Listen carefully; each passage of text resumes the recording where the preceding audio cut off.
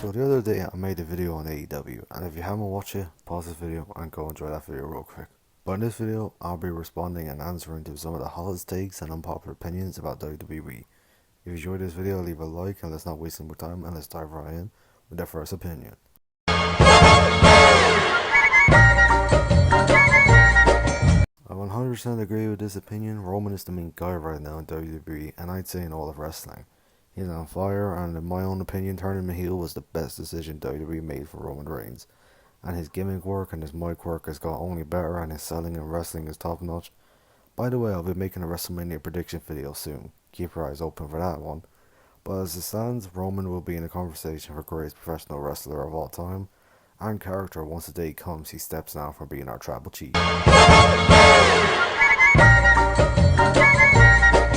I mean, absolutely, this should be common sense. Riddle has been one of the very few WWE call-ups from NXT that's been so well used and have such a great run, and I don't see it slowing down at all.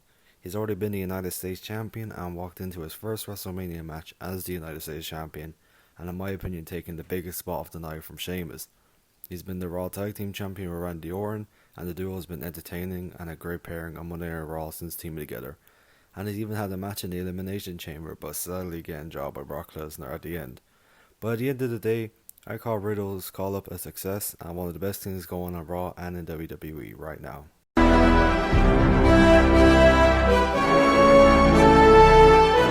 Bianca Belair was another call-up from NXT I would have named who's been a success right now and is going into her second WrestleMania fighting for a title in a row. But I think this year I'm going to be a little biased and say I think it was time to pull the trigger and give it to Liv Morgan or the returning Alexa Bliss at the time, to be honest. I wouldn't say though she's been overpushed, but I don't think she should have won the chamber, but I'm cool with watching her Mania again versus Becky. But here's the thing, if Becky loses after holding the title for so long, I'd be again trying not to be biased, but I don't think I'd be too happy. I wouldn't say it's kind of overpushed, but the crowd will eventually turn on Bianca and I don't think WWE wants that. I think Bianca should give Becky the win this year and let Becky go over. But in simple terms right now, I don't think she's been overpushed. But hey, I'm glad we're seeing her main event in WrestleMania again.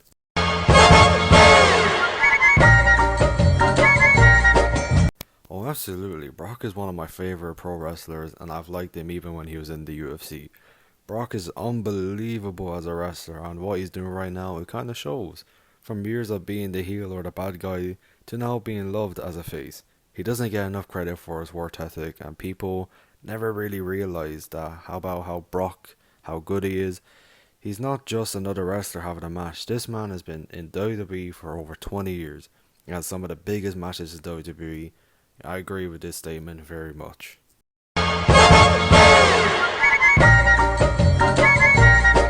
The New Day arguably has been the best tag team in a long time and has carried the tag team division as well as the Usos and the Bar at the time. They have been on a roll and they deserve the praise and the multiple tag team titles. I don't really think they're overrated. I think they're fine and only getting what they deserve. I gotta disagree with this one. The New Day is not overrated at all.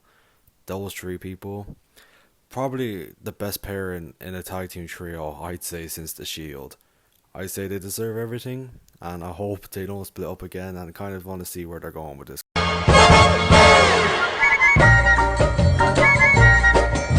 Speaking on the New Day, Big E is hardly a main eventer, and this one, again, surprisingly, I gotta disagree. I think Big E is a main eventer and deserves to be the world champion again, and have a better run. I'll admit his last run wasn't very good, and I kinda hated it, and I found it boring. What I think would make it more worthwhile and make Big E more of that main event guy, put him where he should be, and I'd say either get him out of the New Day and make him his own superstar with his own merch and character, new music, and ultimately even turn him heel or a bad guy. I think that would do the trick. And this was kind of the same thing with Kofi when he was champion. I found his reign boring and kind of hated it too, because of the New Day. Both world title reigns would have been better without the New Day vibes and turned them both heel in my opinion. So, but at the end of this, I think I gotta disagree and say both these guys are main eventers.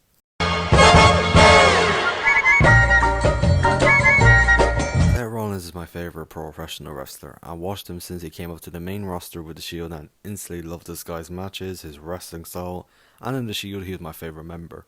And I even attended a WWE live event back in 2015 in Dublin, Ireland. but I'll talk about that on a different day and what happened in the next video. But me being and trying not to be biased, I think Seth needs another title and has needed to have a run with the title for a while now. I think at the Royal Rumble that kind of showed he should have beaten Roman Reigns, but the match was called off. But technically Seth won the match, but being fair, Roman is killing it right now. I said earlier with his character and what he's doing, it's gonna sound biased, but I'm sorry if I am, but I think Seth deserves more and is a better wrestler than Roman. But right now Roman is the main guy and should stay as the main guy for another while.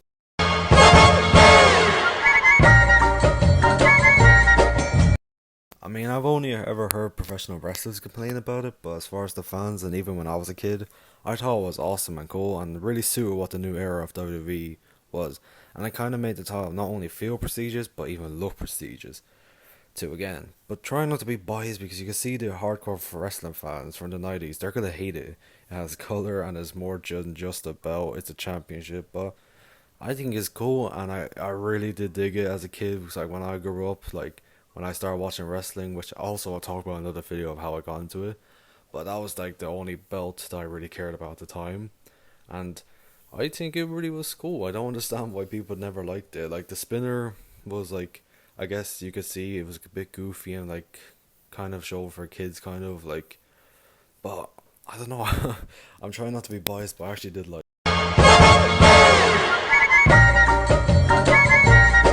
So I'm one of those unfortunate people to have missed being around when the Attitude Era was going on. I grew up watching the Ruthless Aggression era and the PG era and now. But I go back and I watch old episodes of Raw and the Monday Night Wars and old pay-per-views and all that kind of stuff. But I gotta say, I enjoyed the Ruthless Aggression era more. Sorry to say this to anyone who loved the Attitude Era, but I agree with this in a sense is better. But don't agree that it was overrated. I think the Ruthless Aggression era was just disliked by many because it was the first change since the Attitude Era to move on from that. But sorry, but I just enjoyed it a lot more.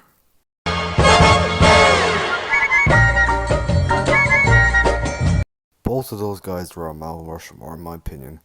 I think they should make a bigger Mount Rushmore. There's so many legends in wrestling and it's hard to pick just a few.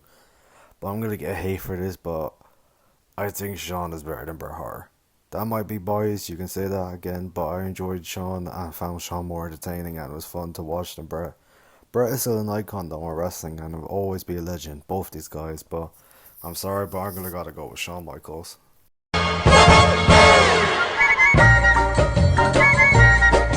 Oh, fuck off! Are you taking the fucking piss?!